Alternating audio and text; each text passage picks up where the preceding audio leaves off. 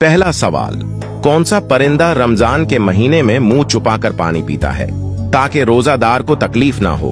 5, 4, 3, 2, 1. इसका सही जवाब है अबाबील। दूसरा सवाल, वो कौन सी सब्जी है जिसको खाने से आंखों की रोशनी बढ़ती है?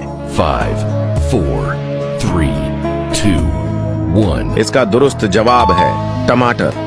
तीसरा सवाल, दज्जाल की आने के बाद कौन सी फौज दज्जाल की मदद करेगी?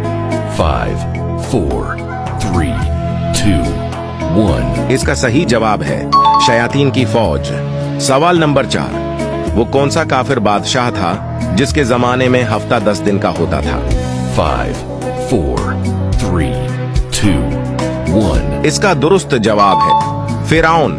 सवाल नंबर 5, क्या आप बता सकते हैं कि पाकिस्तान के लोग किस मुल्क से शदीद नफरत करते हैं? 5, 4.